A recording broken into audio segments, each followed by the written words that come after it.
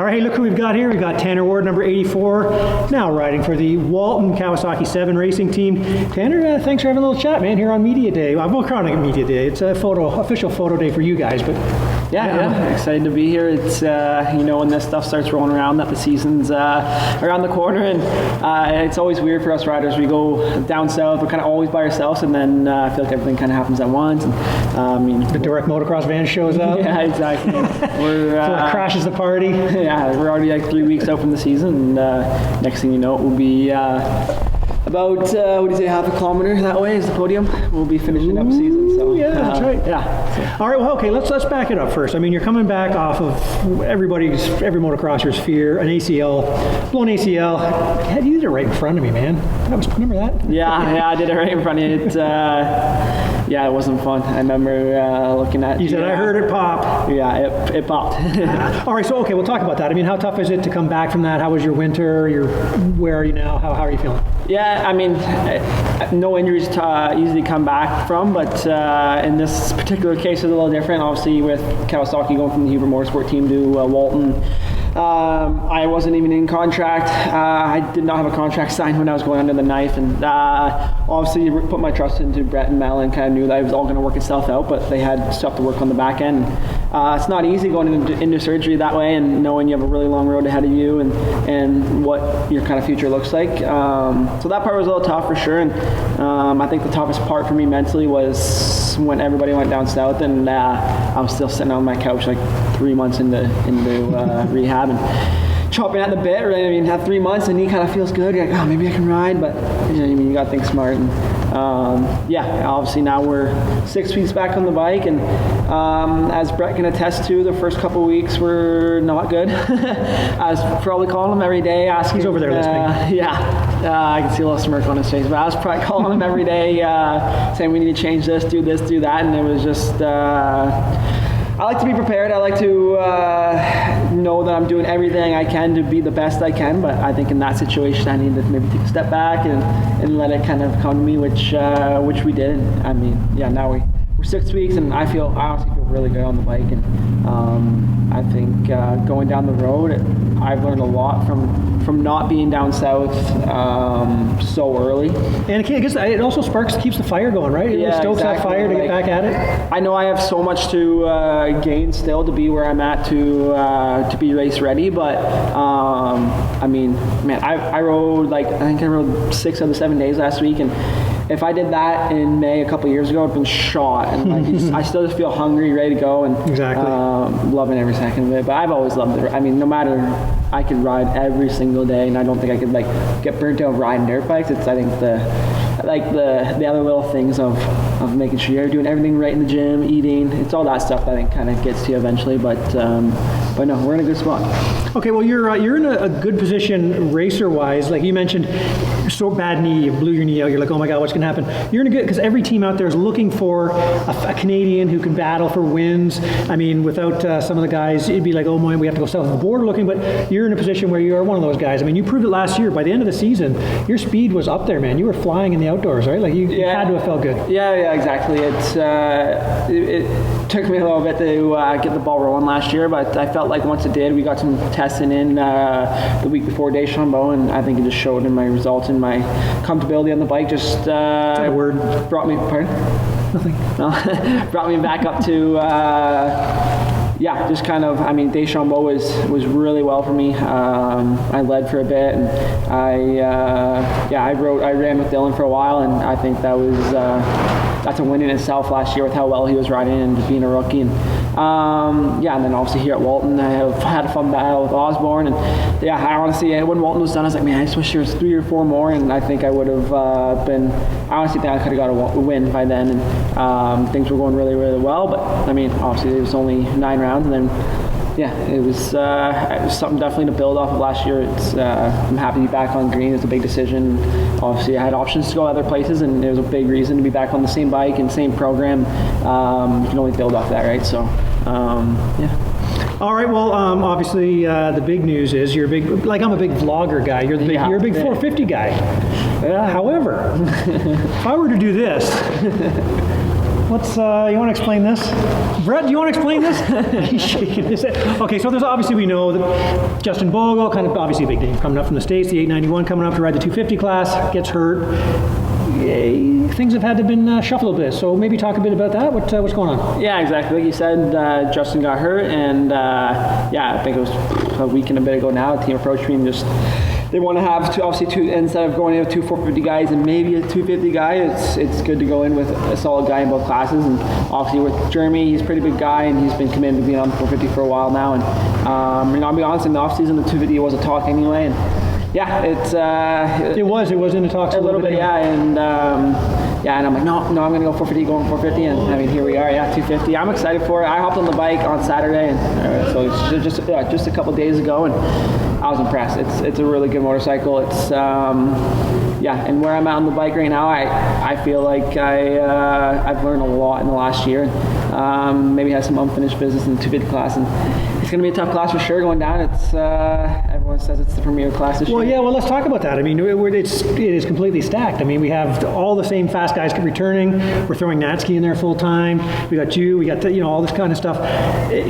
Can you, coming from the 450, I mean, it's kind of fun jumping onto a small bike. You just kind of wring its neck kind of thing, right? Do you feel that you can up the aggression again in the 250 class? For sure. The first thing I said, actually, I don't know if you're going back to Walton last year at the final round, was the first thing I said to Chad, because I was actually you're in double class. I was going to double class it, and I'm like, if I cut my points by 10 on Moff, because it was for third in the championship, I'm not doing 250 class, which I did in the first moto, but well, you played the game that morning, like the other kid, I'll say Chad played the game. Chad played the game, okay. But no, I was like, man, if I ever went back to 250, I'd for sure ride a 450 more. I feel like on the 250, I lacked a little bit of aggression and intensity, and I was always looking for everything to be perfect. And when I hop back from a 450 to 250, like, I'm just gonna send it because I need to on this bike, and it kind of brought that intensity and aggression. So that's part of the plan, is still ride a 450. I still have a lot of learning to do on it. It's obviously still the future plan is to be on a 450, and that's the class I want to really win in. So right. The plan is still to be riding a 450 quite a bit, and I think it's only going to help me on the 250 and still keep developing it and learning how to test on it. It's a big thing. I think it's only going to help me on the 250, and like I said, it's only been a year and a bit since I was on a 250, so I really haven't been gone for long. Okay, now to talk about the team. I mean, it did kind of, like you mentioned, going from the Huber Motorsports over here to the Walton Raceway with Brett and Mel and the guys. And Chad has come over, Chad Goodwin. How about mechanic-wise and everything like that? What are the familiar faces? How's your team looking? The team's looking really good. Obviously, last year it was really tight-knit it was pretty much Chad, the 2 mechanics, Dylan and I, and then obviously the Huberts were there, but they weren't there full-time, where this year it's Brett, Mel, Chad, and then we got a new mechanic for myself, Mitch Godkin, Jaden Brown for last year's Rumpel's mechanic. He's actually going to be he was going to be Volvo's mechanic, but now I think he's going to be kind of playing a crew chief role. You mentioned Mitch Godkin. You must know him from coming up through the ranks and racing. Was he 828? Is that Mitch Godkin? Yeah. So you must know him pretty well from all that, but he wasn't here. We didn't get to see him. No, he's an engineer, so he's got a real job. So is he the baseball bat guy too? Yeah, exactly. So I'm excited for it. And then I think we have. This is back. Is it Cale Callan? Is that Callan's last name? Oh yeah, Cale Callan, C-A-L-L-E-N. And we have a really good team. I think with the extra help from Mel and Brett, just to kind of help take some stuff off Chad's plate, because Chad's really good, obviously, with the motorcycle. He's been around being a mechanic for a long time. I think he can put some more focus into us, and they can take some of the behind-the-scenes stuff off his plate. Obviously Brett and Mel are awesome people. We worked together since 2019 on Big Ride with me, and I've really got to know them for a long time. And I'm not going to turn it into a race this year, unless he does. Unless that Mackay guy over there does. Does that irritate you every year? I don't think I didn't mean to start. You guys can do what you want. I'm just happy everyone's out there, honestly. It's going back to the team, and I'm really happy with everything. It's obviously it's a little bit of a last-minute decision dropping down, but I think it's going to play out for the best. And we have a really, really good team this year, and I think this is the first year for Brett and Mel, so it's only going to get better from here. they definitely have some passion. It takes some passion to run a motocross team here in Canada, and that's what they have for sure. Absolutely. All right, wait. Okay, so you know your pace. You really picked it up at the end of the year in the 450 class, battling with the top guys up there. Do you think, now that you've obviously a little bit of a setback, you know where your pace is now, obviously how you're feeling, the class being so deep, the 250 class, where do you put yourself? Are you in that battle for wins for sure right away, or what do you think? Are you healthy enough? Yeah, no, I mean... That's a long question. Yeah, well, I say it was, but no, I don't know why I wouldn't be dropping down if I didn't believe I could win. If I thought I was going to go get smoked, I wouldn't be dropping down. It's not going to be easy, that's for sure. And but no, I feel really good on the dirt bike right now, and it's only been like the last week that things really started clicking, and I was maybe a little stressed before that, but no, I mean, like dropping down again, I feel even better riding a dirt bike. I mean, I don't know where I'm going to fit in with that, and I'm not going to put those expectations honestly on myself. I just got to focus on. Brett is. Yeah, I know. No, he is dropping down. It is. They want to win. But it doesn't really change much for me. I want to win.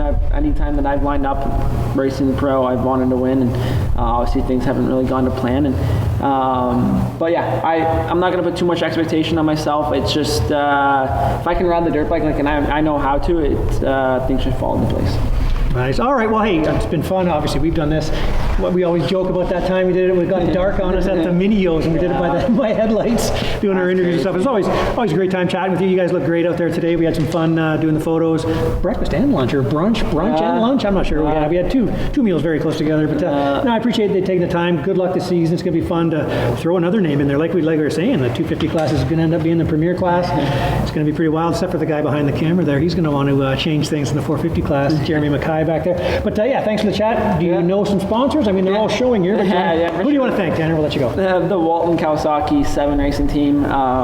It's really cool being here. I'm seeing the behind the scenes stuff. I said the same thing as at GDR. Like KTM, you didn't really see the behind the scenes stuff, but when you see the behind the scenes stuff, it gives you no excuses to want to go put in the work. And when you see these guys, like last night, they were up till 2 a.m. working on their bikes, making sure everything was good to go for today. And yeah, when you see that kind of stuff, I got no excuses to want to go to the gym and want to go for road bike rides. That's nothing compared to what they're doing. So yeah, just everyone that supports the team. Walton, like they take a big role this year, and that's definitely not easy. Pro circuit. I mean, there's a huge list, and obviously some things have changed, like Hinson, Dunlop. Yeah, I hope I have to learn them because I'm on the podium. But and then exactly. Ward Realty helped me out this year, and just like I said, this team is. I think going to turn some heads this year, and I'm really excited to be part of this program. Nice. Well, thank you very much for the time. We'll see you very soon. Yeah, thank you.